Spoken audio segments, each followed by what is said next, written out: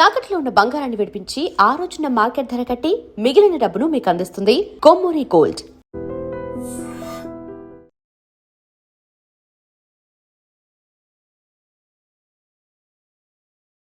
Welcome to I dream. Poor మళ్ళీ తగలబడుతుంది. ఆ రెండు ట్రైబల్ మైతీస్ అండ్ కుకీస్ ఎవరైతే ఉన్నారో సార్, వాళ్ళ మధ్య ఐకమత్యం తీసుకురావాలి సార్. అది మాత్రం వచ్చేంత వరకు మణిపూర్లో శాంతి రాదు సార్.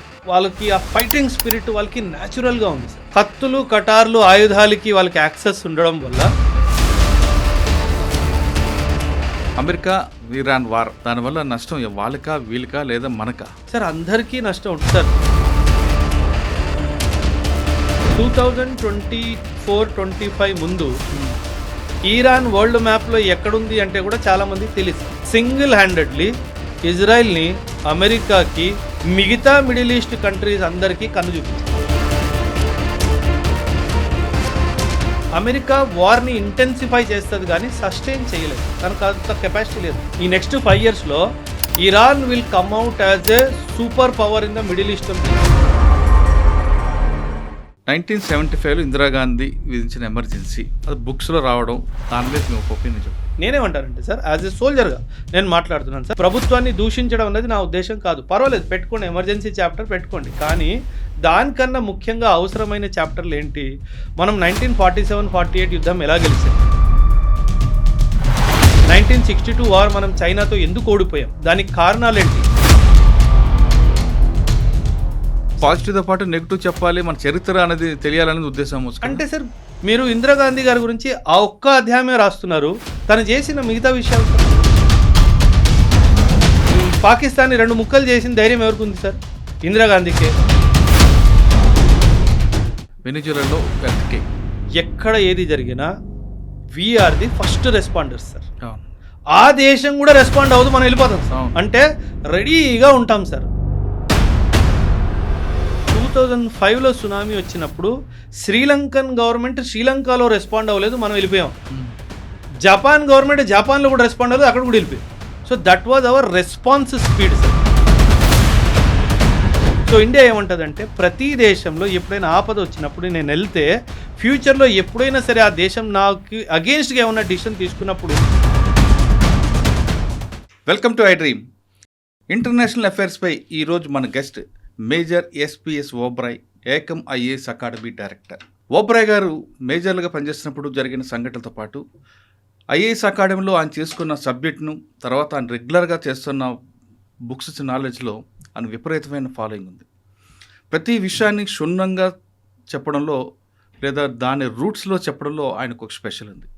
అందుకే ఓబ్రాయ్ గారు ఇంటర్వ్యూ అంటే చాలామంది ఇష్టపడుతున్నారు.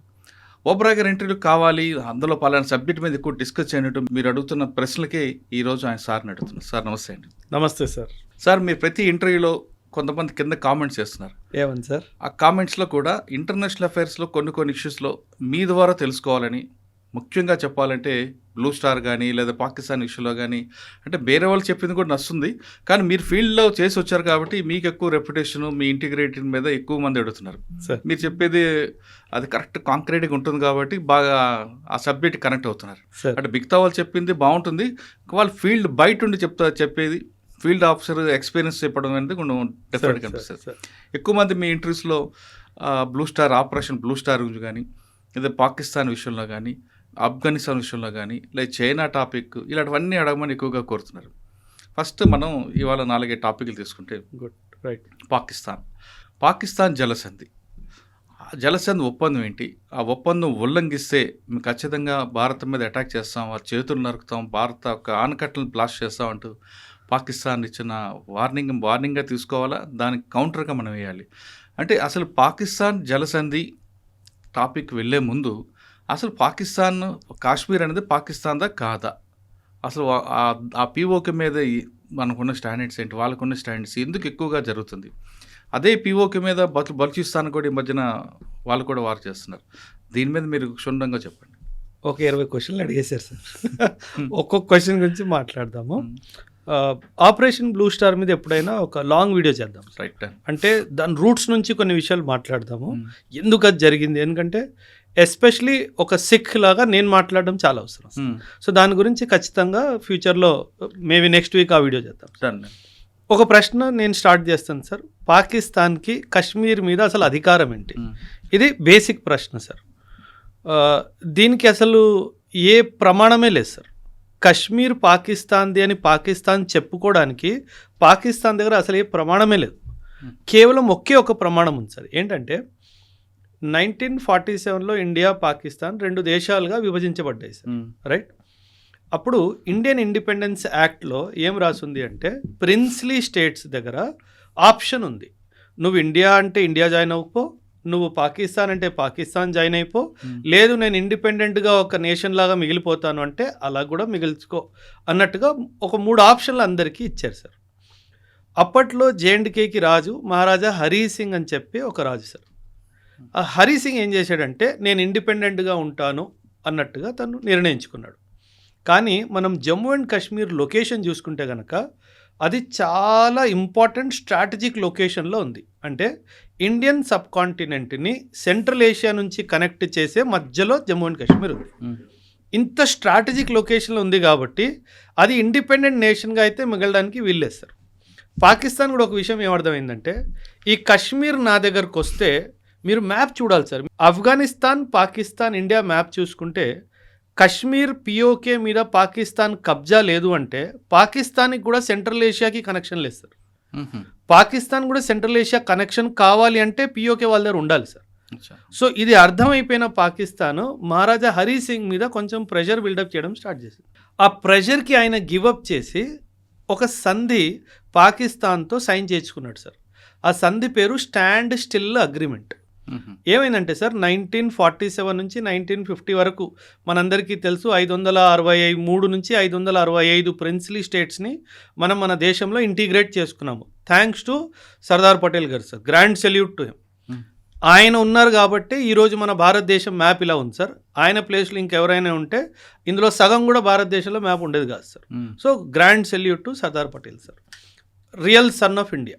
ఓకే, ఇప్పుడు ఈ ప్రిన్స్లీ స్టేట్స్ ఇండియా కానీ పాకిస్తాన్కి జాయిన్ అవ్వాలి అంటే దానికి ఒక ప్రాసెస్ ఉండేది సార్. ఆ ప్రాసెస్లో కొన్ని రాజ్యాల్లో ఏం జరిగిందంటే ప్రిన్స్లీ స్టేట్స్లో వాళ్ళు డైరెక్ట్గా ఇన్స్ట్రుమెంట్ ఆఫ్ యాక్సెషన్ సైన్ చేసుకున్నారు. ఇన్స్ట్రుమెంట్ ఆఫ్ యాక్సెషన్ అంటే ఏంటంటే యాక్సెషన్ అనే పదానికి అర్థం ఏంటంటే నేను నా రాజ్యాన్ని నీ దేశంలో కలుపుకుంటున్నాను, ఇకపై నేను రాజు కాదు, నేను డెమోక్రసీకి నా రాజ్యాన్ని ఇచ్చేస్తున్నాను, నేను ఒక నార్మల్ సిటిజన్ లాగే బతుకుతాను అని ఒక ఒప్పందం. దీన్ని ఇన్స్ట్రుమెంట్ ఆఫ్ యాక్సెషన్ అంటారు. చాలా ప్రిన్స్లీ స్టేట్స్ డైరెక్ట్గా ఇన్స్ట్రుమెంట్ ఆఫ్ యాక్సెషన్కి సైన్ చేసేసుకున్నారు. అంటే ఏంటి, ఇండియాలో కానీ పాకిస్తాన్లో కానీ జాయిన్ అయిపోవాలని ఒప్పేసుకున్నారు. కానీ కొన్ని ప్రిన్స్లీ స్టేట్స్ మాత్రము 2 స్టెప్ ప్రాసెస్ని తీసుకున్నారు సార్. ఈ 2 స్టెప్ ప్రాసెస్ ఏంటంటే మొదటిగా స్టాండ్ స్టిల్ అగ్రిమెంట్ సైన్ చేసుకుందాం. అంటే ఏంటి, స్టేటస్ కో మెయింటెనెన్స్, స్టే అంటాం కదా మనం, కోర్టు నుంచి స్టే తెచ్చుకుంటాం కదా, దాన్ని స్టాండ్ స్టిల్ అగ్రిమెంట్ అంటారు. ఏమని, నువ్వు నా మీద దాడి చేయొద్దు, ఏం చేయొద్దు, నేను ఇంకా ఆలోచిస్తున్నాను నేను ఇద్దరు రావాలా వద్దా అన్న విషయం. ఓకే, ఈ మహారాజా హరీ సింగ్ కూడా ఏం చేశాడంటే స్టాండ్ స్టిల్ అగ్రిమెంట్ పాకిస్తాన్తో సైన్ చేసుకున్నాడు. ఇప్పుడు పాకిస్తాన్ వైపు కూడా ఆలోచన చూడండి సార్. ఒక ప్రిన్స్లీ స్టేట్ నాతో స్టాండ్ స్టిల్ అగ్రిమెంట్ సైన్ చేసుకున్నాడంటో అంటే అర్థం ఏంటి, రేపో మాపో ఇన్స్ట్రుమెంట్ ఆఫ్ యాక్సెషన్ కూడా సైన్ చేసుకుంటాడనే కదా సార్ అర్థము. సో పాకిస్తాన్కి ఏమనిపించిందంటే మనం స్టాండ్ స్టిల్ అగ్రిమెంట్ సైన్ చేయడంలో గెలిచిపోయాం కాబట్టి ఖచ్చితంగా ఇది మన దగ్గరికే రావాలి అని వాళ్ళకి క్లారిటీ వచ్చేసింది. కానీ వాళ్ళ ఆవేశంతో ఆగలేక ఏం చేశారు, జమ్మూ అండ్ కాశ్మీర్ మీద దాడి చేశారు సార్. ఓకే, సో ఆ దాడి చేసినప్పుడు మహారాజా హరీ సింగ్ ఏం చేశాడు, భయపడిపోయాడు. అమ్మో వీడు నా రాజ్యాన్ని ఆక్రమించేటట్టు ఉన్నాడని చెప్పేసి పరిగెట్టుకుంటూ ఇండియా దగ్గరకు వచ్చాడు. అప్పట్లో మనకు తెలుసుంటే మౌంట్ బ్యాటన్ గారు ఉన్నారు, మన ఇండియాలో ఇంకా వెళ్ళిపోలేదు. మౌంట్ బ్యాటన్ గారు ఏమన్నారంటే, నువ్వు స్టాండ్ స్టిల్ అగ్రిమెంట్ పాకిస్తాన్తో సైన్ చేసేసుకున్నావు కదా, నీకు ఎటువంటి సహాయం మేము అందించడానికి వీల్లేదు, ఎందుకంటే అది ఇప్పుడు మేము వస్తే నీ ఇంటర్నల్ అఫైర్స్లో మేము ఇంటర్ఫియర్ అయినట్టు ఉంటుంది. ఒక షరతు ఉంది, నువ్వు ఇన్స్ట్రుమెంట్ ఆఫ్ యాక్సెషన్ మాత్రం ఇండియాతో సైన్ చేసుకున్నావంటే ఖచ్చితంగా అప్పుడు మేము మీకు సాయానికి వస్తామని చెప్పారు. ఇప్పుడు ఒకవైపు పాకిస్తాన్ దాడి, ఇంకోవైపు మనల్ని ఒప్పుకోవట్లేదు రావడానికి ప్రొటెక్షన్కి. ఆ కండిషన్లో Maharaja Hari Singh signed the instrument of accession with India. Standstill agreement పాకిస్తాన్తో సైన్ చేశాడు, ఇన్స్ట్రుమెంట్ ఆఫ్ అక్సెషన్ మాత్రం మనతో సైన్ చేశాడు. సో దీనివల్ల ఏం జరిగిందంటే పాకిస్తాన్ ఏమనుకుంది, నాకు మోసం జరిగింది, నాకు రావాల్సిన ఒక రాజ్యము అక్రమంగా ఇండియాకి వెళ్ళిపోయింది, ఎందుకంటే అక్కడ రాజు తప్పుగా ప్రవర్తించాడు అనే ఉద్దేశం. సో ఈ బ్యాక్గ్రౌండ్లో ఈ యొక్క వార్ అన్నది స్టార్ట్ అయిపోయింది సార్. ఆల్రెడీ వాడు వాళ్ళ మీద దాడి చేస్తాడు సార్. ఇప్పుడు ఈరోజు పిఓకే, పాకిస్తాన్ దగ్గర ఉన్న పిఓకే ఈయన ఇన్స్ట్రుమెంట్ ఆఫ్ అక్సెషన్ సైన్ చేసే ముందు వరకు ఆల్రెడీ వాళ్ళు ఆక్రమించుకున్నది. ఒకవేళ స్టాండ్ స్టిల్ అగ్రిమెంట్ సైన్ చేయకుండా డైరెక్ట్గా మన దగ్గరకు వచ్చిన ఈరోజు పిఓకే అంతా మన దగ్గర ఉండేది. సో అక్కడ చాలా పెద్ద తప్పు మహారాజా హరి సింగ్ చేశాడు సార్. దానివల్లే ఇన్ఫ్యాక్ట్ ప్రాబ్లం వచ్చింది. కానీ ఇక్కడ ఇంకొక ప్రాబ్లం ఉంది సార్. నేను ఇందాక మాట్లాడుతూ స్టార్టింగ్లో సర్దార్ పటేల్ గారికి ఒక గ్రాండ్ సెల్యూట్ అని చెప్పాను సార్. ఆయన ఉన్నారు కాబట్టి ఈరోజు నార్త్ ఈస్ట్ ఇండియాలో ఉంది సార్. లేదంటే ఈరోజు మొత్తం నార్త్ ఈస్ట్ వేరే దేశాల్లాగా ఉండేది సార్. అలాంటిది మొత్తం ప్రిన్స్లీ స్టేట్స్ ఇంటిగ్రేషన్ బాధ్యత అంతా సర్దార్ పటేల్ గారు తీసుకున్నప్పుడు నెహ్రూ గారు ఒక తప్పు చేశారు సార్. తప్పు చేశారంటే ఒక నిర్ణయం తప్పైంది సార్. జమ్మూ అండ్ కాశ్మీర్ది నేను చూసుకుంటాను, నువ్వు ఇబ్బంది పడకు అని చెప్పారు సార్. అక్కడ జరిగింది అతిపెద్ద తప్పు సార్. ఎందుకంటే అక్కడ చాలా టైం డిలే అయిపోయింది సార్. టైం డిలే అయిపోవడం వల్ల ఇంకా వీళ్ళు ఏం చేయాలో అర్థం కాక పాకిస్తాన్ వాడు దాడి చేయడం జరిగింది. సో ఆ జేఎండ్కే ఇంటిగ్రేషన్ కూడా సర్దార్ పటేల్ గారి మీద వదిలేస్తే అసలు ఈ తలకై నొప్పి ఉండేది కాదు సార్. సో అక్కడ చాలా పెద్ద కీలకమైన నిర్ణయం సార్. ఇప్పుడు మహారాజా హరి సింగ్ కూడా మనసు మీరు అండర్స్టాండ్ చేసుకోవాలి సార్. ఇప్పుడు ఆయన ఒక హిందూ రాజు సార్. హరి సింగ్ పేరు హిందూ కదా సార్. కాకపోతే జేఎండ్కే పాపులేషన్ 1947 వచ్చేసరికి ముస్లిం పాపులేషన్ అయిపోయింది మ్యాక్సిమం, నాట్ కంప్లీట్గా బట్ మెజారిటీ వాళ్ళది. కానీ మనం పాస్ట్లోకి వెళ్ళిపోతే మెజారిటీ వాళ్ళది కాదు, ఆ తర్వాత జరిగింది, క్రమంలో జరిగింది అది ఒక 300-400 years. ఆ తర్వాత ఎప్పుడైనా మాట్లాడదాం ఖచ్చితంగా దాని గురించి కూడా. జేఎండ్కే అసలు ముస్లిం పాపులేషన్ ఎలాగైందో అది కూడా మనం కనుక్కోవాలి సార్. సో మహారాజా హరి సింగ్ ఏమనిపించింది, నేను హిందూ రాజుని కానీ నా పాపులేషన్ మాత్రం ముస్లిము, నేను పాకిస్తాన్కి వెళ్ళాను అనుకోండి ఖచ్చితంగా వీళ్ళు ఒకటైపోతారు, నన్ను పక్కకి జరిపేస్తారు అన్న క్లారిటీ ఉంది. ఇండియాలో వద్దాము అంటే ఇండియా ఏమో డెమోక్రటిక్ కంట్రీ, నేను ఈ కంట్రీలోకి వచ్చేస్తే నా రాజరికం పోతుంది కదా. సో ఆయన కూడా చాలా గేమ్స్ ఆడాడు. దానివల్ల చాలా డిలే అయిపోయింది సార్. ఈ డిలే వల్ల ఇంకా పాకిస్తాన్ అటువైపు రెస్ట్లెస్ ఫీల్ అయిపోయింది. ఇక్కడేమో జవహర్లాల్ నెహ్రూ గారేమో నేను చూసుకుంటానని చెప్పి సర్దార్ పటేల్ గారిని పక్కకు తప్పియడం జరిగింది. సో ఇలా తప్పులు కొన్ని జరగడం వల్ల ఇదొక సమస్య ఇప్పటికీ ఒక సమస్యలాగా మిగిలిపోయింది సార్. అంటే దీనికి ఒక సొల్యూషన్ ఉంటుందా? దీనికి ఐక్యరాజ్య సమితి 1948లో ఒక రెజల్యూషన్ పాస్ చేసింది సార్. ఆ రెజల్యూషన్ పేరు రెజల్యూషన్ నంబర్ 47, 47వ రెజల్యూషన్. ఇందులో ఒక 3 స్టెప్ సొల్యూషన్ ఇచ్చింది sir. UN security council 3 step solution ఇచ్చింది. ఏమన్నది సెక్యూరిటీ కౌన్సిల్, పాకిస్తాన్ ఏమన్నది, మీరు కాశ్మీర్లో ఎలక్షన్స్ పెట్టండి, అక్కడ ప్రజలు ఏం కోరుకుంటారో దాన్ని బట్టి మీరు డిసైడ్ చేసుకోండి అని అన్నారు. కానీ వీళ్ళు ఏం చేశారు, పాకిస్తాన్ వాళ్ళు చాలా మిలిటరీ అండ్ వాళ్ళ పారామిలిటరీ ఫోర్సెస్ని దింపేశారు. సో సెక్యూరిటీ కౌన్సిల్ ఏం తీర్పిచ్చిందంటే 3 steps, 3 step process. Election conduct చేస్తాం కానీ మొదటి షరతు పాకిస్తాన్ కంప్లీట్గా ట్రూప్స్ని విత్డ్రా చేసుకోవాలి, పారామిలిటరీ ట్రూప్స్ని కూడా విత్డ్రా చేసుకోవాలి. పాకిస్తాన్ కంప్లీట్గా విత్డ్రా చేసిన తర్వాత భారతదేశం వాళ్ళ ట్రూప్స్ని తగ్గించేయాలి, ట్రూప్స్ నంబర్స్ని సంఖ్యని తగ్గించాలి. మొత్తం పూర్తిగా మనకు అనలేదు, పూర్తిగా వాళ్ళని అన్నారు, తగ్గించమని మనల్ని అన్నారు. ఎందుకంటే సరే ఇన్స్ట్రుమెంట్ ఆఫ్ అక్సెషన్ మన దగ్గర ఉంది, అందుకే మనల్ని తగ్గించమన్నారు, వాళ్ళని పూర్తిగా తీసేయమని చెప్పాడు. ఈ 2 జరిగిన సందర్భంలో 3వ స్టెప్ అక్కడ ఎలక్షన్ కండక్ట్ చేయండి అని చెప్పారు. సో ఇప్పుడు ఈ మొదటిదే జరగలేదు, రెండోది ఎలా జరుగుతుంది, మూడోది ఎలా జరుగుతుంది, ఆ ఎలక్షన్ ఎప్పటికీ అవ్వలేదు సార్. కానీ దీనికి సందర్భంలో ఇంకో విషయం జరిగింది సార్. జేఎండ్కేకి మనం స్పెషల్ స్టేటస్ ఇచ్చాం సార్. స్పెషల్ స్టేటస్ ఆర్టికల్ 370 370లో మనం ఇచ్చాం సార్. స్పెషల్ స్టేటస్ ఇచ్చాము. ఆ స్పెషల్ స్టేటస్ వల్ల వాళ్ళకి కూడా ఒక రాజ్యాంగం ఉంది. జేఎండ్కే has its own constitution sir. వాళ్ళకి వాళ్ళ రాజ్యాంగం ఉంది, వాళ్ళకి వాళ్ళ జెండా కూడా వేరేగా ఉంది. సో ఏం జరిగిందంటే వాళ్ళ రాజ్యాంగానికి కాన్స్టిట్యూయెంట్ అసెంబ్లీ అంటే ఒక కమిటీని ఏర్పాటు చేసి వాళ్ళు కూర్చొని రాజ్యాంగం రాస్తారు సార్. ఈ కమిటీని ఎవరు ఉండాలి అన్నది వాళ్ళు ఓటింగ్కి వెళ్ళారు. అంటే వాళ్ళ రాజ్యాంగం రాసుకునే కమిటీ కాన్స్టిట్యూయెంట్ అసెంబ్లీ ఓటింగ్ ద్వారా నిర్ధారించబడింది సార్. నేను ఎందుకు ఇది చాలా అంత స్పష్టంగా చెప్తున్నానంటే 1956లో వీళ్ళ కాన్స్టిట్యూషన్ని వీళ్ళు అమలు పరుచుకున్నారు. అడాప్షన్ అయింది, అమల్లోకి 1957లో వచ్చింది. 1956లో జమ్మూ అండ్ కాశ్మీర్ కాన్స్టిట్యూషన్లో 3వ సెక్షన్లో వీళ్ళు ఏం రాశారంటే Jammu and Kashmir is and will be an integral part of India అని రాసుకున్నారు. అంటే ఐక్యరాజ్య సమితి ఎలక్షన్ గురించి మాట్లాడింది, దేనికి, ప్రజలకు ఏం కావాలి అని. అవును. కానీ తర్వాత కూడా ఎలక్షన్ జరిగింది కాన్స్టిట్యూయెంట్ అసెంబ్లీ నిర్ధారించడంలో.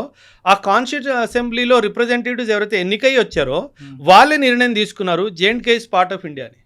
అయిపోయింది కదా సార్ తీర్పు. So that is what India said. ఎప్పుడైతే వాళ్ళ కాన్స్టిట్యూయెంట్ అసెంబ్లీ మేము ఇండియాలోనే భాగం అని చెప్పి నిర్ణయించుకున్నారో, ఆ తర్వాత UN సెక్యూరిటీ కౌన్సిల్ అసలు మాకు సంబంధం లేదు, బికాజ్ యూ సెడ్ ఇది. అదే కాదు సార్, 1952లో అప్పట్లో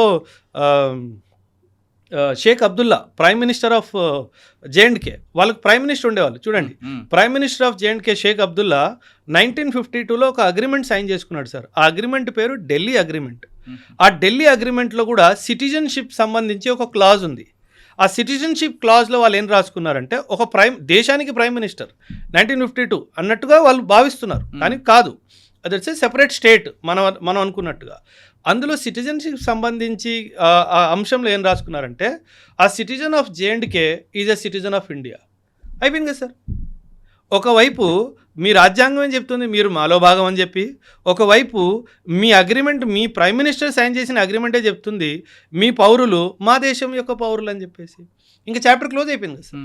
సో పౌరులు ఒకవైపు, రాజు ఒకవైపు, ప్రధానమంత్రి, ముగ్గురు ద్వారా తెలిసిపోయింది ఏమని, Kashmir wants to be integral part of India. ఇంకా పాకిస్తాన్ ఎవరు, ఇంకా అమెరికా ఎవడు, ఇంకా చైనా వాడు ఎవడు సార్? మరి ఎందుకండి ఈ వివాదం అలా కొనసాగుతూనే ఉంది సార్? అన్నదమ్ముళ్ళు గొడవలు, ప్రాపర్టీ డిస్ప్యూట్స్ 40 సంవత్సరాలు 50 సంవత్సరాలు పోవా సార్ కోర్టుల్లో? అదే ఇది సార్. ఇప్పుడు మనం సింధు జలసింధు, ఈ వర్షాలు పడుతున్నాయి కానీ మనకు ఉపయోగం లేని వర్షాలు ఇవి తక్కువ వస్తున్నాయి. దీవెన వివాదం పెరిగే అవకాశం ఉంది. అందుకని పాకిస్తాన్ మినిస్టర్ కూడా స్టేట్మెంట్ ఇచ్చారు, చేతులు నరుకుతావని, ఆనకట్ల పేల్చేస్తామని. అది జరిగేదేనా? ఎవరో ఫాల్స్ వీడియో కూడా రిలీజ్ చేశారు సార్, AI వీడియో. అది భలే గమ్మత్తుగా ఉంది సార్ ఆ వీడియో. అంటే సార్, అంటే నేను అంటే అది ఏ కాదు కానీ ముందు అయితే ప్రోక్ అయిపోతుంది కానీ జనాలు. అవును, అయ్యారు. అది చాలా భలే బ్యూటిఫుల్గా AI కూడా క్రియేట్ చేశారు సార్ దాంట్లో. అంటే నా ఉద్దేశము ప్రభుత్వాన్ని మెచ్చుకోవాలి అన్నట్టు ఏం కాదు సార్, కానీ ఈ ఇండస్ జలసంధి మీద ఇంత టఫ్ స్టాండ్ తీసుకున్న ఏకైక ప్రధానమంత్రి మన మోదీ గారు సార్. అంటే నేను ఆయన అప్రిషియేట్ చేయట్లేదు సార్, మళ్ళీ చెప్తున్నాను మీ ప్రేక్షకుల కోసము. కానీ ఇంత టఫ్ స్టాండ్ గతంలో ఇందిరాగాంధీ గారు కూడా తీసుకోలేదు సార్. పాకిస్తాన్ 2 ముక్కలు ఆవిడే చేసింది, కానీ IWTని ఇంత టఫ్గా చేయడం మనం గతంలో చూడలేదు సార్. దానివల్ల ఇప్పుడు పాకిస్తాన్లో చాలా తీవ్రమైన అక్యూట్ స్కేర్సిటీ ఆఫ్ వాటర్ ఉంది సార్. మీరు ఒక వీడియో వచ్చింది సార్, మీరు చూసారో చూడో తెలీదు, వీళ్ళు డ్రైనేజ్ మూతలు తీసుకొని అందులోంచి వాటర్ తీసుకుంటున్నారు. అంత దరిద్రమైన పరిస్థితి వాళ్ళకి వచ్చేసింది సార్. దేనివల్ల వచ్చింది, మనం IWT ద్వారా రిలీజ్ చేసే వాటర్ని ఆపేసాం కాబట్టి. ఇండియా చాలా స్పష్టంగా చెప్పింది సార్, నువ్వు ఈ టెర్రరిజం ఆపేసేయి, నేను నీకు వాటర్ ఇచ్చేస్తా, సింపుల్. దీన్ని జియో పాలిటిక్స్లో ఒక పదం ఉంది సార్, దీన్ని క్రిటికల్ రిసోర్స్ చోక్ హోల్డ్ అంటారు. అంటే మనము WWF మీరు చూస్తే కనుక పీక పట్టేసుకుంటారు కదా, దాన్ని చోక్ హోల్డ్ అంటారు. ఇండియా పాకిస్తాన్ పీక పట్టేసింది. సో వాళ్ళకు ఒక చాలా స్పష్టంగా ఒక సందేశం ఏమి ఇచ్చిందంటే, నీకు నీళ్లు కావాలి అంటే నువ్వు ఈ terrorism business up. Hafiz Saeed, Lashkar-e Taiba and Jaish-e Mohammed Maulana Masood Azhar, వీళ్ళిద్దరిని నన్ను అప్పగించు, ఆ రోజు నేను ట్యాబ్ ఇప్పేస్తానని చెప్పాడు. ఆ రోజు వరకు ట్యాబ్ ఇప్పే ప్రసక్తే లేదు. పాకిస్తాన్లో ఎంత స్కేర్సిటీ ఉంటుంటే సార్, మీరు అన్నట్టుగా పార్లమెంట్లో ఒక మినిస్టర్ మాట్లాడుతూ, నేను మన దేశానికి ఒక మినిస్టర్ని, నేను నా పూర్తి ఇన్ఫ్లుయెన్స్ వాడి కూడా నా కాలనీకి, నా ఇంటికి ఒక వాటర్ ట్యాంకర్ తెప్పించుకోలేకపోయినా అన్నాడు. అవును, అంటే విన్నారు కదా మీరు. అంటే మనం చూడండి ఎంత స్ట్రాంగ్గా వాటర్ని ఒక వెపన్లా మార్చేసాం సార్. కనీసం ఇప్పుడైనా వాడికి బుద్ధి రావాలి కదా సార్. ఇప్పుడేమంటాడు, ఒరే మేము ఇచ్చేస్తామని చెప్పినా సరే ఒక అర్థం ఉంది కదా, ఇమీడియట్గా ప్రజలకి ప్రాబ్లం అవుతుంది. అక్కడ బాధ్యత లేని ప్రభుత్వము, బాధ్యత లేని నేతలు సార్ అక్కడ. సో వాళ్ళేంటి, మేము ఇండియాలో డ్యామ్ని బాంబు పెట్టి పేల్చేస్తాం అన్నాడు. వాళ్ళ దగ్గర ఉన్న బాంబు ఇక్కడ దాకా వచ్చే కెపాసిటీ ఏ బాంబుకు ఉంది సార్? ఒక విషయము. రెండో విషయము, వాళ్ళ ఆపరేషన్ సింధూర్లో ఎన్నో బాంబులు వేయడానికి ప్రయత్నించారు. ఒక యుద్ధం జరుగుతున్న వాతావరణంలో ఎన్నో బాంబులు వేయడానికి ప్రయత్నించారు. ఒక్క బాంబు కూడా వాళ్ళు పంపించింది మనం భూమి కూడా తాగల. అలాంటి పాకిస్తాన్ ఏ డ్యామ్ని పగలగొడుతుంది, ఆ డ్యామ్ని పగలగొడితే నీళ్ళు ఎటు వెళ్తే అసలు జ్ఞానమే లేదు సార్. సార్ ఇప్పుడు ఇక్కడ 2 ప్రశ్నలు అంటే, దేశ ప్రజలందరూ నీళ్ళ కోసం విలవిలాడిపోతున్నప్పుడు ఆ ప్రాబ్లం ఎలా సాల్వ్ చేయాలని చూడాలి తప్ప, పక్కింట్లో వెళ్ళి వాడింట్లో దొంగతనం చేస్తాను, వాడు తాగుతూ నీళ్ళు కొండని బ్రేక్ చేస్తానని చెప్పడం అనేది ప్రభుత్వం యొక్క పెద్ద తప్పు. అవును సార్. దాన్ని ఎలా చూడాలి ఒకటి. నెక్స్ట్ ప్రజలు ఎంతకాలం ఉంటారండి ఇలాగా? వాళ్ళు తిరుగుబాటు రావాలి కదా. తిరుగుబాటు అంటే సార్ పాకిస్తాన్లో ఏంటంటే సార్ మీరు పాకిస్తాన్ వ్యవస్థని కూడా అర్థం అంటే చేసుకోవాలి. మంచినీటికి కూడా కటకలాడిపోయినప్పుడు ఇంక ప్రజలు ఎందుకండి అక్కడ అంత బాధలు ఎందుకు మూర్ఖులు కదా సార్.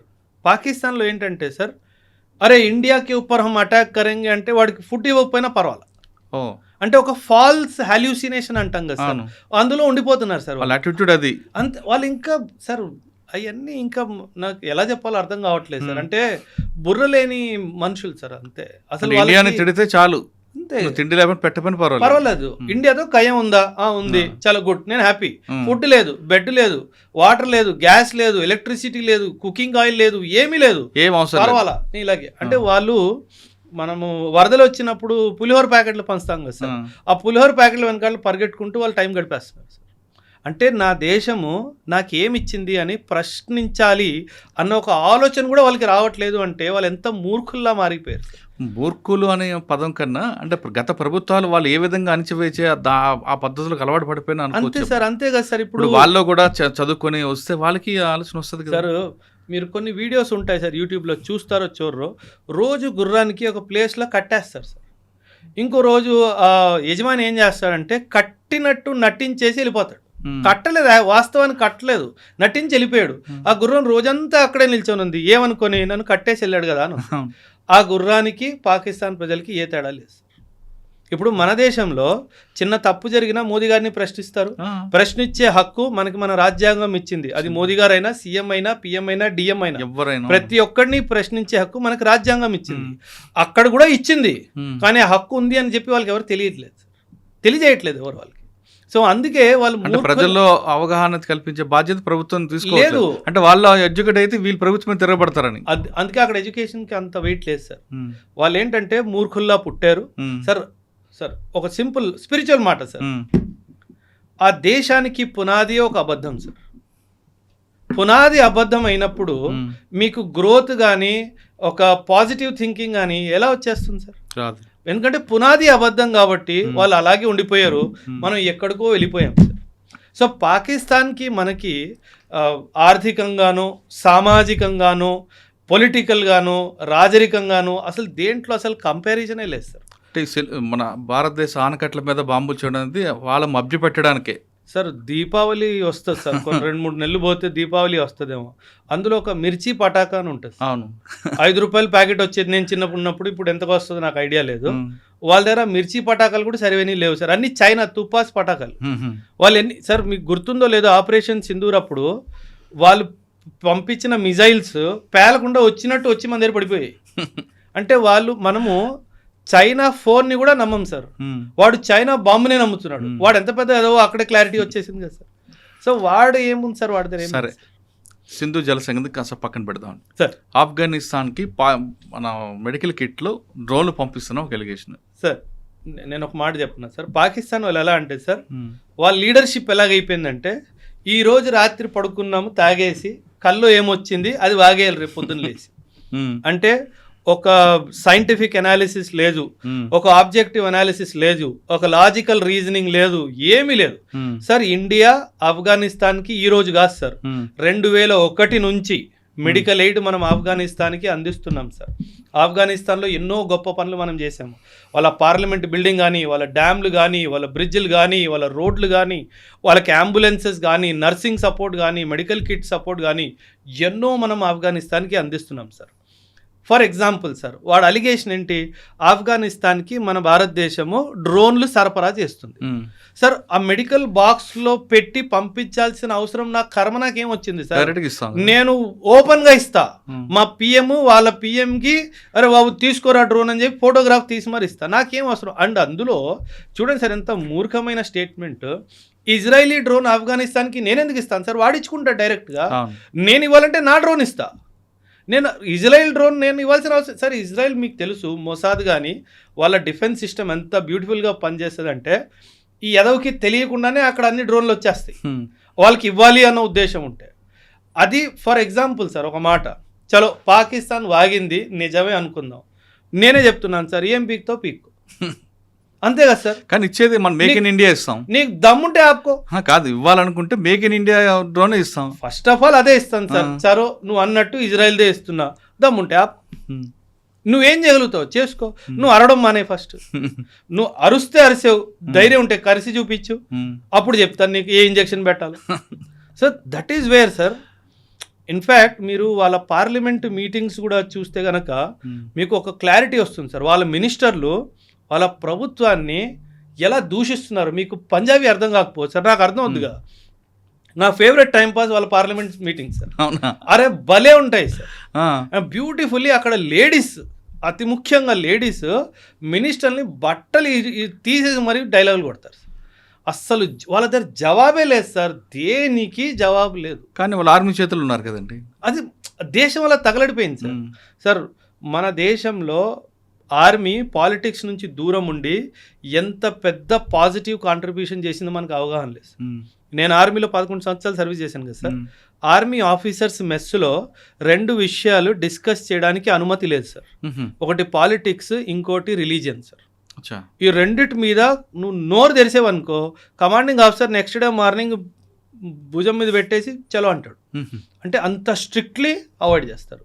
అది వాళ్ళు అక్కడ చెయ్యలేకపోయారు సార్. దానివల్లే వచ్చిన తలకాయ నొప్పి ఇదంతా సార్, ఇంకేం కాదు. ఒక స్టేట్మెంట్ సార్, ఇండియా ఆఫ్ఘనిస్తాన్కి డ్రోన్స్ ఇస్తుంది అన్నారు. ఒరే మూర్ఖుడా, Afghanistan was your friendly country, పాకిస్తాన్కి ఫ్రెండ్లీ కంట్రీ కదా. ఒరే అదే నీకు ఎనిమీ అయిపోయింది, అది నువ్వు గుర్తించి ఫస్ట్. ఎవరు డ్రోన్లు ఇస్తున్నాడు కాదు, నా స్నేహితుడికి డ్రోన్లు నా శత్రువు ఎందుకు ఇస్తున్నాడు అది ఆలోచించి ఫస్ట్. నువ్వు ఇప్పుడు ఒక టైం వస్తుంది సార్, నాకు అజిత్ దోవల్ గారి మీద ఎంత నమ్మకం ఉంది అంటే, ఒక టైం వస్తుంది ఇరానే పాకిస్తాన్ మీద దాడి చేస్తుంది సార్. నేను ఉంటానో ఉన్న ఈ భూమి మీద నాకు తెలియదు సార్. ఒక రోజు వస్తుంది టర్కీయే పాకిస్తాన్ మీద అటాక్ చేస్తుంది సార్. ఒక రోజు వస్తుంది సౌదీ అరేబియాయే పాకిస్తాన్ మీద అటాక్ చేస్తుంది. ఇది జరిగి తీరుతుంది sir. It's only matter of time. జరగాలని కోరుకుందామండి. కానీ అజిత్ దోవల్ గారికి మాట్లాడారు. అవును సార్. మన దగ్గరకు వచ్చేసరికి గతంలో మణిపూర్ టాపిక్ తీసుకుందాం. అవును సార్. దోవల్ గారు ఉన్నారు కాబట్టి అది ఇంటర్నల్గా జరుగుతుంది అని అన్నా, మనం మాట్లాడారు మీరే. కానీ మళ్ళీ మణిపూర్ మళ్ళీ తగలబడుతుంది సార్. మణిపూర్లో సార్ అక్కడ ఒక కరెక్షన్ జరగాలి సార్. ఆ 2 ట్రైబల్ మైతీస్ అండ్ కుకీస్ ఎవరైతే ఉన్నారో సార్, వాళ్ళ మధ్య ఐకమత్యం తీసుకురావాలి సార్. అది మనం ఇన్స్టిట్యూషనల్ మెకానిజం ఎలా చేస్తామో నాకు తెలియదు సార్. బట్ అది మాత్రం వచ్చేంత వరకు మణిపూర్లో శాంతి రాదు సార్. నేను మారాంలో ఉన్నాను సార్, మణిపూర్లో ఒక ప్రాంతము మారాం అని చెప్పేసి. మణిపూర్ ఎలా అంటే సార్, ట్రైబల్ కల్ట్స్, వీళ్ళు కుకీస్, నాగాస్, వీళ్ళందరూ ఏంటంటే సార్, వీళ్ళు వాళ్ళకి ఆ ఫైటింగ్ స్పిరిట్ వాళ్ళకి న్యాచురల్గా ఉంది సార్. ఆ ఫైటింగ్ స్పిరిట్ న్యాచురల్గా ఉండడం వల్ల, కత్తులు కటార్లు ఆయుధాలకి వాళ్ళకి యాక్సెస్ ఉండడం వల్ల ఈ గొడవలు అప్పుడు జరుగుతూనే ఉంటాయి సార్. ఈ గొడవలు ఎప్పుడు అవుతాయి అంటే, ఫస్ట్ వాళ్ళని ఆ కత్తులు కటార్ నుంచి బయటికి తీసుకొచ్చి మెయిన్ స్ట్రీమ్ సొసైటీలో తీసుకురావాలి. వాళ్ళిద్దరిని కూర్చోబెట్టి మాట్లాడే ఒక మనిషి రావాలి. అండ్ ఇది పై నుంచి కింద దాకా ప్రతి ఒక్కడికి ఆ మెసేజ్ పోవాలి సార్. అప్పటిదాకా మణిపూర్లో శాంతి రాదు సార్. సో ఆ మణిపూర్లో శాంతి రావాలంటే చాలా కష్టం. అండ్ వాళ్ళు చాలా హెడ్ స్ట్రాంగ్ ఉంటారు సార్. ట్రైబల్ పాపులేషన్ ఎలా ఉంటుందంటే, వన్స్ దే డిసైడ్ వాళ్ళు ఎవరికి వినరు సార్. అదేవిధంగా ఒకసారి నమ్మితే వాళ్ళని దూరంగా చేయలేము సార్. అది ఆ ఫ్లాష్ పాయింట్లోకి వెళ్ళిపోయింది సార్. ఆ ఫ్లాష్ పాయింట్ నుంచి బయటకు వచ్చి వాళ్ళు శత్రువుల నుంచి మిత్రుల్లో ఒకసారి అవ్వడం మనం సాధిస్తే కనుక మళ్ళీ ఏమంటారు, ఫ్యూచర్లో మణిపూర్లో ఒక్క తుపాకీ కూడా పేలదు సార్. కానీ అది బ్రేక్ అయ్యి అది రావాలి సార్. అప్పటి వరకు మనం ఏం చేయాలి. సరే, మనం ఇంటర్నేషనల్ వెళ్దామండి ఒకసారి. అమెరికా ట్రంప్ ఇరాన్ వార్ మీరే అన్నారు గతంలో. ఇది కేవలం 1 వీక్ అని, అది ఫీజ్ ఫైర్. ఇప్పుడు మళ్ళీ రిపీట్ అవుతుంది. దానివల్ల నష్టం వాళ్ళకా వీళ్ళకా లేదా మనకా? సార్ అందరికీ నష్టం ఉంటుంది సార్. అమెరికాకి నష్టం ఉంది సార్, ఇరాన్కి నష్టం ఉంది. కానీ ఒక్క విషయం సార్ నేను ఇక్కడ చెప్పాలనుకుంటున్నాను. నేను ఇరాన్ని సపోర్ట్ చేయట్లేదు సార్, వ్యక్తిగతంగా నేను ఇరాన్ని సపోర్ట్ చెయ్యను. కానీ ఒక మిలిటరీ స్ట్రాటజిస్ట్ లాగా మాట్లాడడానికి ప్రయత్నిస్తున్నాను సార్. 2024-25 ముందు ఇరాన్ వరల్డ్ మ్యాప్లో ఎక్కడుంది అంటే కూడా చాలామందికి తెలియదు సార్. నమ్ముతారు కదా, అంటే మిడిల్ ఈస్ట్లో ఎక్కడో ఉంటుంది. అంతేగాని ఆ స్ట్రైట్ ఆఫ్ హోర్ముజ్ కానీ, ఈ ఇరాన్ కానీ, కువైత్, బహ్రెయిన్ కానీ ఎవరికి తెలియదు సార్ ఎక్కడ ఉంటుందో. కానీ ఒక దేశము అమెరికా శాంక్షన్స్లో గత 3 దశాబ్దాలుగా ఉంది సార్. ఆ దేశం అమెరికన్ శాంక్షన్స్లో ఉంది. అంటే ఏంటి, ఓపెన్గా వీళ్ళు వరల్డ్లో ట్రేడ్ చేయలేరు. వాళ్ళతో ట్రేడ్ చేసేది దేశాలు కొన్నే, మనము రష్యా కానీ చైనా కానీ ఇతర దేశాలు మిడిల్ ఈస్ట్ కంట్రీస్ మాత్రమే. అలాంటి దేశము 30 సంవత్సరాలుగా శాంక్షన్స్లో ఉంటున్న దేశము సింగిల్ హ్యాండెడ్లీ ఇజ్రాయెల్ని అమెరికాకి మిగతా మిడిల్ ఈస్ట్ కంట్రీస్ అందరికీ కన్ను చూపించింది. వీళ్ళందరూ కలిసి ఒక్కసారైనా వాడిని అరే బాబు నిన్ను ఓడిచ్చేసాము అని చెప్పి ఆ స్టేజ్ దాకా తీసుకెళ్లారా? లేదు. లీడర్షిప్ని ఎలిమినేట్ చేశారు. టాప్ లీడర్షిప్ని ఆయతుల్లా ఖొమైనీని ఫస్ట్ డే February 28 రోజు ఎప్పుడో దాడి జరిగింది, ఆ రోజు లేపేశారు. ఓకే, బాగానే ఉంది. ఆ తర్వాత ఏంటి? Nothing happened. ఎందుకంటే అమెరికా వార్ని ఇంటెన్సిఫై చేస్తుంది కానీ సస్టైన్ చేయలేదు. తనకు అంత కెపాసిటీ లేదు, సస్టైనెన్స్ కెపాసిటీ లేదు. మనము డీఎస్కలేట్ చేస్తూ సస్టైన్ చేయడానికి ప్రయత్నిస్తాం. అది మన war strategy sir. America war డాక్ట్రిన్లోనే చాలా పెద్ద తప్పు ఉంది సార్. సో ఆ తప్పు ఉన్నంత వరకు దేశంలో ఇలా డిస్టర్బెన్స్ కంటిన్యూగానే ఉంటుంది. ఇరాన్ సార్ ఇప్పుడు మీరు ఇప్పుడు చూస్తున్నారు సార్, నేను నెక్స్ట్ 5 years చూస్తున్నాను. ఈ నెక్స్ట్ 5 yearsలో Iran will come out as a super power in the middle eastern region. ఇప్పుడు మీరు చూస్తున్న దాడులు చాలా జీరో. రానున్న టైంలో సౌదీని కానీ, కువైత్ని కానీ, యుఏఈని కానీ, ఇరాక్ని కానీ ఇరాన్ వదిలే ప్రసక్తే లేదు సార్. అండ్ వెనక నుంచి రష్యా అండ్ చైనా సపోర్ట్గా ఎప్పుడు ఉంటారు. సో ఇప్పుడు ఏమైంది, పడుకున్న పులికెళ్ళి నువ్వు చెవిలో చేసినట్టుంది. ఇప్పుడు పులి లేచింది, ఇంక దానికి పోరాడాలి అనిపించే, ఏమంటారు దాన్ని వేటకెళ్ళాలి అని అనిపిస్తుంది, దాన్ని ఆపడానికి వీల్లేస్తుంది. పడుకున్న పులిని నువ్వు లేపావు సార్. చూడండి సార్, ఒక not even advanced country Iran ఎక్కడుంది సార్ కంపేర్ టు అమెరికా? ఎక్కడా లేదు.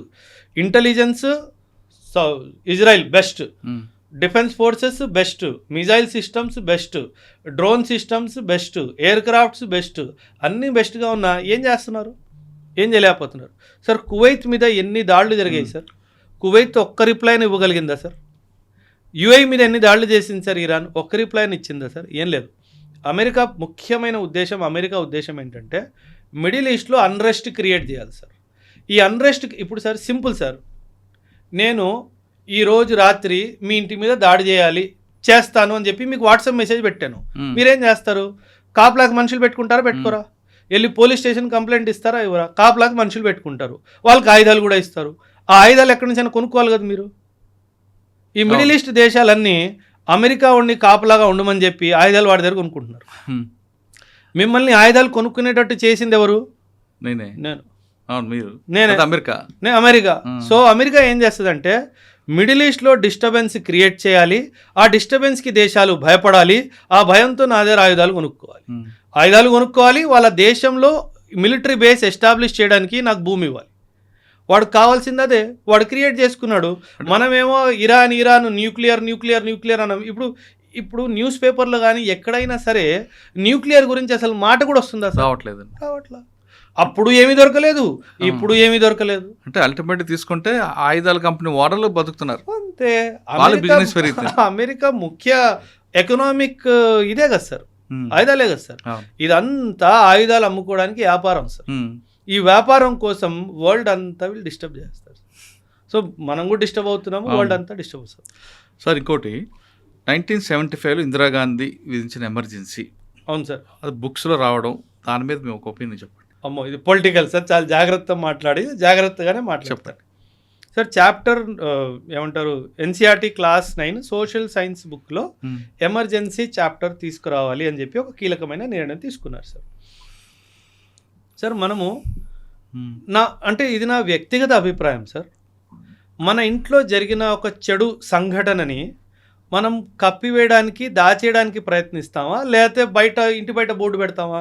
ఈ రోజు నా కొడుకు నన్ను కొట్టాడని చెప్పి నాన్న గోడ మీద రాసుకుంటాడు, పెట్టుకుంటాం. మనం దాన్ని కవరప్ చేయడానికి పెట్టుకుంటాం. నేనేమంటానంటే ఎమర్జెన్సీ గురించి మన పిల్లలకి, రానున్న జనరేషన్కి చెప్పాలి, తప్పేం లేదా, చెప్పాలి, ఖచ్చితంగా చెప్పాలి. ఎందుకంటే అది మన లోకతంత్రంలో ఒక చీకటి అధ్యాయం సార్, కాదనట్లేదు. 75 to 77 అదొక చీకటి అధ్యాయం. దాని గురించి అంత విశ్లేషణగా టెక్స్ట్ బుక్లో రాసి పిల్లలకి చెప్పి దాని ఒక చాప్టర్ క్రియేట్ చేసి ఇండియాలో డెమోక్రసీ ఒకప్పట్లో లేదు ఇవన్నీ ఎందుకు చెప్పుకోవాలి సార్? అంటే ఇది ఒక పొలిటికల్ అజెండాలా కనిపిస్తుంది. నేనేమంటానంటే సార్, యాజ్ ఎ సోల్జర్గా నేను మాట్లాడుతున్నాను సార్. అగైన్ మళ్ళీ చెప్తున్నాను, ప్రభుత్వాన్ని దూషించడం అనేది నా ఉద్దేశం కాదు. పర్వాలేదు, పెట్టుకోండి, ఎమర్జెన్సీ చాప్టర్ పెట్టుకోండి. కానీ దానికన్నా ముఖ్యంగా అవసరమైన చాప్టర్లు ఏంటి? మనం 1947-48 యుద్ధం ఎలా గెలిచాము, సైనికులు ఎలా పోరాడారు, పాకిస్తాన్ ఏం చేసింది, 1962 వార్ మనం చైనాతో ఎందుకు ఓడిపోయాం, దానికి కారణాలేంటి, దానికి ఎవరు కారకులు, ఇది 1971లో ఎలా ఇందిరాగాంధీ గారు పాకిస్తాన్ని 2 ముక్కలు చేశారు, 1968లో ఐబీ నుంచి రాని తను ఎలా స్థాపించింది, రా ఎన్ని గొప్ప కార్యాలు, ఎన్ని గొప్ప ఆపరేషన్స్కి మన విజయాలు చెప్పమంటారు. పాజిటివ్గా చెప్పండి సార్. పిల్లలకి నెగటివ్ ఎందుకు చెప్పాలి అంటాను నేను. పిల్లలకి పాజిటివ్ తో పాటు నెగిటివ్ చెప్పాలి, మన చరిత్ర అనేది తెలియాలనేది ఉద్దేశం. అంటే సార్ మరీ అంత విడమర్చి సార్. ఇప్పుడు 25th జూన్ 1975 ఈ ఎమర్జెన్సీ డిక్లేర్ చేయడం జరిగింది సార్. 25th జూన్, నాకు డేట్ సరిగ్గా గుర్తుంటే కనుక ప్రతి సంవత్సరం ఆ రోజు దీని గురించి మాట్లాడతారు కదా సార్. మరి పుస్తకాల్లో మరి రాసుకోవాల్సిన అవసరం ఏమొచ్చింది? ఇప్పుడు అంటే పొలిటికల్ ఏజ్ ఉందంటారా? కనిపిస్తుంది కదా సార్. ఇప్పుడు మీరు ఇందిరాగాంధీ గారి గురించి ఆ ఒక్క అధ్యాయమే రాస్తున్నారు, తను చేసిన మిగతా విషయాలు సార్. ఈరోజు రా గురించి మీరు చాలా గొప్పగా మాట్లాడుకుంటున్నారు. ఆ రాని స్థాపించింది ఎవరు సార్? ఇందిరాగాంధీ గారే. సిక్కింని ఇండియాలో యాడ్ చేసింది ఎవరు సార్? ఇందిరాగాంధీ గారే. పాకిస్తాన్ని 2 ముక్కలు చేసిన ధైర్యం ఎవరికి ఉంది సార్? ఇందిరాగాంధీకే. విశ్వస్థాయిలో ఇండియాకి ఒక గుర్తింపు తీసుకొచ్చింది సార్ ఆవిడ. అసలు ఇండియాకి గుర్తింపే లేదు ఇంటర్నేషనల్ ప్లాట్ఫామ్స్లో, తీసుకొచ్చింది ఆవిడ. ఇవన్నీ ఎందుకు రాయట్లేదు మరి? ఇవన్నీ కూడా రాయండి. అది పొలిటికల్ కదా. That is what sir. అంటే మనం పిల్లలకి సార్, పిల్లలు నేనేమంటానంటే సార్, పిల్లల్ని పొలిటిసైజ్ చేయొద్దు అంటారు. పెద్దగా అయిన తర్వాత ఎలాగో తెలుసుకుంటారు వాళ్ళు. క్లాస్ 9th పిల్లోడికి ఎమర్జెన్సీ గురించి మీరు ఏం సాధిస్తారు చెప్పి? వాడికి ఏం అర్థం అవుతుంది? దాని ఉద్దేశం ఏం అర్థం అవుతుంది? నువ్వు కాలేజీలో పెట్టావంటే ఒక అర్థం ఉంది, ఓకే, వాడు డిబేట్ చేస్తాడు, డిస్కషన్లు చేస్తాడు. క్లాస్ 8th క్లాస్ 9th వాడికి దాని ఇంటెన్సిటీ కూడా అర్థం కాదే. అసలు వాడికి డెమోక్రసీ అంటే ఏమనుకుంటాడు? Government for the people, of the people. ఎందుకు అనుకోవాలి? ఇందిరాగాంధీకి అప్పుడున్న ఇందిరాగాంధీకి మీద నెగిటివ్ అనేది చిన్నప్పటి నుంచి మనుషుల పిల్లల్లో క్రియేట్ చేయడం అనుకోవచ్చు కదా. అంతగా ఉండదు సార్. అంటే పిల్లలు ఇవన్నీ అంత పెద్దగా పట్టించారు. పాలిటిక్స్ ఆ ఏజ్ లో రాదు సార్. నెగిటివ్ మైండ్ సెట్ ని ఎలా డెవలప్ చేయడం కదా, అదొక సార్. అదే పిల్లవాడు పెద్దగా అయిన తర్వాత ఇందిరాగాంధీ గురించి పాజిటివ్ గా కూడా చదువుతాడు కదా. దాన్ని అప్పుడు ఎవరు ఆపలేము కదా. సో నేనేమంటానంటే సార్, ఇప్పుడు 1962 వార్ ఉంది సార్, మనం ఓడిపోయాం కదా సార్. 1962 వార్ మనం ఓడిపోయాం సార్. మన దురదృష్టం ఏంటంటే ఎక్కడైతే మనం ఓడిపోయామో దాని గురించి ఎక్కువ మాట్లాడతాం, ఎక్కడైతే గెలిచామో దాని గురించి ఎవడు మాట్లాడు. 1962 వార్ సార్, చైనా హిస్టరీ బుక్స్లో ఒకే ఒక line, we had some differences that led to a conflict with India, అయిపోయింది. మన ఇండియాలో దాదాపు 100 పైగా బుక్కులు రాశారు 1962 వారు. మనం ఎందుకు ఓడిపోయాం, ఎలా ఓడిపోయాం అంటే మనకు ఒక అలవాటు అయిపోయింది. ఏంటంటే ఏమంటారు కదా, మన కంపుని మనం తీసుకొచ్చి పైకి తీసుకొని వచ్చి లోకాన్ని చూపించుకోవాల్సిన మనకు అది అలవాటు అయిపోయింది. కల్చరల్లీ ఇది పోవాలి సార్. ఎమర్జెన్సీలో ఇలా జరిగింది, ఫ్యూచర్లో ఇలా జరగకుండా మనం చూసుకోవాలి, అలా కూడా మాట్లాడవచ్చు. అంటే ఎమర్జెన్సీ నేర్పిన పాఠం ఇది అని కూడా చెప్పుకోవచ్చు. అందులో ఆ ఫ్యాక్టర్ ఉండాలి కదా సార్. అప్పుడు ఉందో లేదో తెలియదు ఇంకా, ఎందుకంటే అది ఇంకా నేను అనుకోవడం ఇంకా బయటికి రాలేదు. అది వస్తే చూడాలి. అందులో ఇది పాఠము, ఇది గుణపాఠము, ఇది ఫ్యూచర్లో ఉండాలి. ఎందుకంటే 40 ఒక యుద్ధంలో వచ్చే ప్లస్ మైనస్ మనం తీసుకుంటాం కదా సమీక్ష జరిపిన తర్వాత, అది అందరూ అనుకోవచ్చు కదా. ఇది మరి అలా ఉందో లేదో తెలియదు కదా, చాప్టర్ వచ్చాక తెలియాలి. అది బయటికి వస్తేనే కదా మనకి తెలిసేది ఏం రాశారు సార్. ఇండియన్ పాస్పోర్ట్ అది ప్రామాణికమా? దాన్ని మనం ఏ విధంగా చూడాలంటారు? అంటే డిబేట్ ఏంటంటే సార్, అది సిటిజన్షిప్ అంటే లేదండి, కాదు. Indian passport is not a proof of citizenship sir. ఒకటి మీరు గుర్తించాలి. ఎందుకంటే ఇది ఇప్పట్లో కాదు సార్. పాస్పోర్ట్ యాక్ట్ 1967 అనుకుంటాను సార్. 1967 పాస్పోర్ట్ యాక్ట్ చాలా స్పష్టంగా ఏం చెప్తుందంటే, passport is not a proof of citizenship, చాలా స్పష్టంగా చెప్తారు. ఎందుకంటే కొన్ని సందర్భాల్లో పాస్పోర్ట్ నాన్ సిటిజన్స్కి కూడా ఇస్తారు సార్. కొన్ని సందర్భాల్లో డిప్లొమాట్స్గా పంపించినప్పుడు, అట్లా ఎవరైనా వచ్చినప్పుడు ఇండియన్ పాస్పోర్ట్స్ ఇవ్వడం అవన్నీ కూడా జరుగుతాయి. సో ఆ డైమెన్షన్లో కొన్ని వర్గాలకి నాన్ సిటిజన్స్కి కూడా పాస్పోర్ట్స్ ఇవ్వడం జరుగుతుంది. సో అందుకే passport is not a proof of citizenship. In fact మీరు షాక్ అవుతారు, your voter ID card is also not a proof of citizenship. అవునా? కాదు. Your voter ID card is not a proof of citizenship. Aadhaar card ఒకటేనా? Aadhaar card కూడా కాదు proof of citizenship. మరిలా కాదు, ఏది కాదు. ప్రూఫ్ ఆఫ్ సిటిజన్షిప్ ఒకటే sir, NRC, national register of citizens. 1951 ఒక్కసారే దాన్ని అప్డేట్ చేశారు 51 సెన్సస్ తర్వాత. ఆ తర్వాత అది అప్డేట్ అవ్వలేదు. మీ ఆధార్ కార్డు మీ ప్రూఫ్ ఆఫ్ సిటిజన్షిప్ కాదు, మీ ఓటర్ ఐడి కార్డు కూడా మీ ప్రూఫ్ ఆఫ్ సిటిజన్షిప్ హోల్లీ కాదు. సుప్రీంకోర్టు ఎన్నో కేసెస్లో దీని గురించి కూడా మాట్లాడింది. అండ్ అదేవిధంగా passport is also not a proof of citizenship. Voter card, Aadhaar card మీద ప్రూఫ్స్ చాలా ఉంటాయి కదండి. ఉంటాయి, అది only identity. Aadhaar card identity proof. నువ్వు ఓటర్ ఐడెంటిటీ కార్డ్ ఏంటి, ఎలక్టోరల్ లిస్ట్లో నీ పేరు ఉంది అంతే. ఇప్పుడు ఎందుకు అది ఫుల్లీ సిటిజన్షిప్ సర్టిఫికేట్ కాదంటున్నానంటే, నువ్వు అక్రమంగా కూడా నీ పేరు రాయించుకున్నావేమో. అలాంటప్పుడు అది రేపు తేలిపోతే నీకు సిటిజన్షిప్ ఉండదు కదా. మరి సిటిజన్షిప్ ఏంటి? ఇది చాలా మంచి ప్రశ్న sir. Who is a citizen? మనం రాజ్యాంగం చూసుకుంటే part 2 of the constitution article 5 to article 11 వరకు తన సిటిజన్షిప్ గురించి మాట్లాడుతుంది. సిటిజన్షిప్ అంటే ఏంటి? మన దేశంలో 1950లో మనం రాజ్యాంగాన్ని అడాప్ట్ చేసుకున్నాం, 26 జనవరి 1950. ఆ డేట్ నుంచి 1987 వరకు మీ పేరెంట్స్ ఎక్కడ జన్మించారో వాళ్ళు సిటిజన్స్ కాకపోయినా నువ్వు భారతదేశంలో పుడితే కనుక నువ్వు సిటిజన్. 1987లో 1987 నుంచి 2004 వరకు పేరెంట్స్ ఇద్దరిలో ఎవరో ఒకరు ఇండియన్ సిటిజన్స్ అయి ఉండాలి. దేనికి? నీకు సిటిజన్షిప్ బై బర్త్ రావాలి అంటే. అండ్ 2004 తర్వాత ఇద్దరు పేరెంట్స్ సిటిజన్స్ అయి ఉండాలి. లేదా ఇద్దరు పేరెంట్స్ సిటిజన్షిప్ కాని సమక్షంలో ఒక పేరెంట్ సిటిజన్ అయ్యి రెండో పేరెంట్ ఇల్లీగల్ మైగ్రెంట్ అవ్వకూడదు. ఆ కండిషన్లో నువ్వు by birth after 2004 Indian citizenship నీకు వస్తుంది. అంటే ఇండియన్ సిటిజన్షిప్ బేసికలీ బర్త్ మీద, ముఖ్యంగా బర్త్ మీద, కానీ వేరే డైమెన్షన్స్ కూడా ఉన్నాయి. సిటిజన్షిప్ బై అక్విజిషన్ అవన్నీ ఉంటాయి, న్యాచురలైజేషన్, రిజిస్ట్రేషన్ ప్రాసెస్ అవన్నీ కూడా ఉన్నాయి. కానీ అతి ముఖ్యంగా బై బర్తే సిటిజన్షిప్ లభిస్తుంది. నువ్వు సిటిజన్షిప్ కాదా అవునా అన్నది కేవలం ఒకే ఒక డాక్యుమెంట్ ద్వారా నిర్ధారించబడుతుంది. అది NRC, national register of citizens. అది 1951 తర్వాత మన దేశంలో దాన్ని అప్డేట్ చేయలేదు. అది అత్యవసరమైన ఎక్సర్సైజ్, అది చెయ్యాలి. ఇప్పటి వరకు కేవలం ఒకే ఒక రాష్ట్రం అస్సాంలో ఎన్ఆర్సీని అప్డేట్ చేయడం జరిగింది. ఆ తర్వాత ఎన్ఆర్సీ ఎక్కడ అప్డేట్ చేయలేదు సార్. కానీ చెయ్యాలి సార్. అంటే సార్ 150 కోట్లు మనం సార్ ఒక దాంట్లో నంబర్ 1 చెయ్యాలి సార్. అంటే ఎన్ఆర్సీ చేస్తేనే ఇల్లీగల్గా అక్రమంగా ఇండియాలో ఎంతమంది ఉంటున్నారో తెలుస్తుంది సార్. అది చెయ్యాలి. కాకపోతే జనాభా చాలా సార్, 150 కోట్ల జనాభా సార్. సో ఇంతమందికి చెయ్యాలి అంటే అదొక పెద్ద ఎక్సర్సైజ్ సార్. సో దానివల్లనే ప్రాబబ్లీ ప్రభుత్వం దాన్ని చేయాలి అన్న ఉద్దేశం. ఎందుకంటే ఎలాగో ఆధార్ కార్డుతో పని నడిచిపోతుంది, పాస్పోర్ట్తో పని నడిచిపోతుంది అన్న ఉద్దేశంతో బహుశా సైలెంట్గా ఉన్నారేమో. కానీ చేయాల్సిందే సార్. ఎంత జనాభా ఉన్నా చేస్తేనే దేశానికి మంచిది సార్. ఇక మనం ఫ్రెష్ దీంట్లోకి వెళ్దామండి. వెనిజులాలో ఎర్త్క్వేక్. అవును సార్. దాని మీద పాపం ఇన్ఫ్యాక్ట్ ఈరోజు కూడా హెడ్లైన్స్ 188 మంది చనిపోయారు సార్ ఆ ఎర్త్క్వేక్లో. సార్ 188 ఏంటండి, అసలు వేలకు వేలు ఉన్నారు కదా. ఉన్నారు అంటే కన్ఫర్మ్డ్ డెత్స్ 188 కన్ఫర్మ్ డెత్స్ అయ్యాయి సార్. మన ప్రభుత్వం వాళ్ళకి డిజాస్టర్ రిలీఫ్ మెటీరియల్ పంపించింది సార్. సార్ ఒక్క విషయంలో నా దేశానికి నేను గ్రాండ్ సెల్యూట్ సార్. ఎక్కడ ఏది జరిగినా we're the first responders sir. ఆ దేశం కూడా రెస్పాండ్ అవుతూ మనం వెళ్ళిపోతాం సార్. అంటే రెడీగా ఉంటాం సార్. ఎక్కడ ఏం ఆపద వస్తుందో మన వాళ్ళు అక్కడికి వెళ్ళిపోతారు సార్. మీరు ఏమంటారు, షాక్ అవుతారు సార్. 2005లో సునామీ వచ్చినప్పుడు, ఆ 2005లో సునామీ వచ్చినప్పుడు శ్రీలంకన్ గవర్నమెంట్ శ్రీలంకలో రెస్పాండ్ అవ్వలేదు, మనం వెళ్ళిపోయాం అక్కడ. జపాన్ గవర్నమెంట్ జపాన్లో కూడా రెస్పాండ్ అవ్వలేదు, అక్కడ కూడా వెళ్ళిపోయాం. So that was our response speed sir. 2005 ఏమంటారు మనం ఏదైతే ఏమంటారు సునామీలో రెస్పాన్స్ ఇచ్చాము సార్. అవన్నీ పక్కన పెట్టండి సార్. వెనిజులా మనకి 14,000 కిలోమీటర్ల దూరం ఉంది సార్, పక్కన లేదు. 14,000 కిలోమీటర్స్ దూరంలో ఉంది సార్. అక్కడ కూడా వెళ్ళిపోయాం సార్. దీన్ని కూడా చాలామంది క్రిటిసైజ్ చేశారు, మనకేం అవసరమో అనేసి. సార్ మనము ఒక culturally rich country sir. And మన ఇండియన్ ఫారిన్ పాలసీలో డిజాస్టర్ రెస్పాన్స్ అనేది ఒక కీలకమైన పిల్లర్ సార్. దాన్ని సాఫ్ట్ పవర్ టూల్ అంటారు సార్.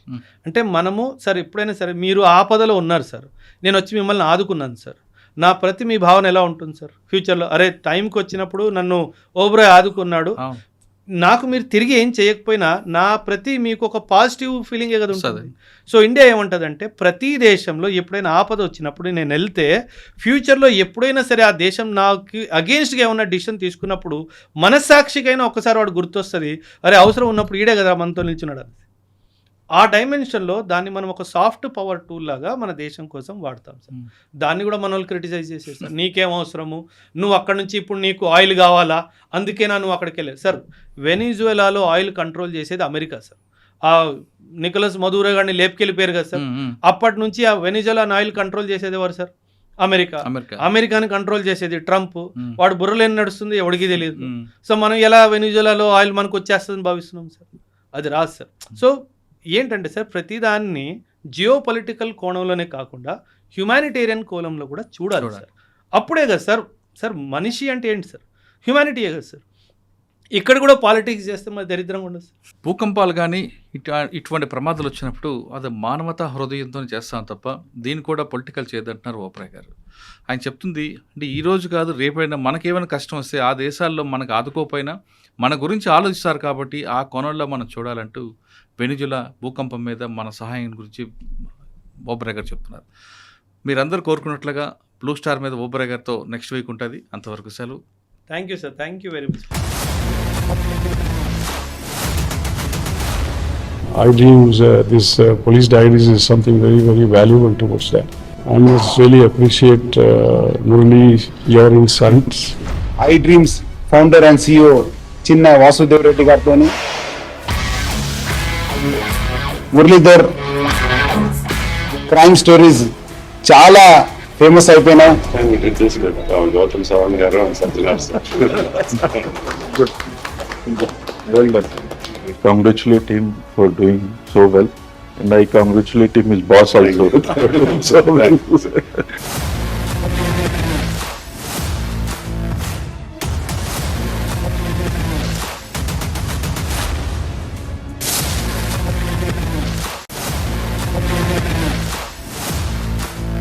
Thank you.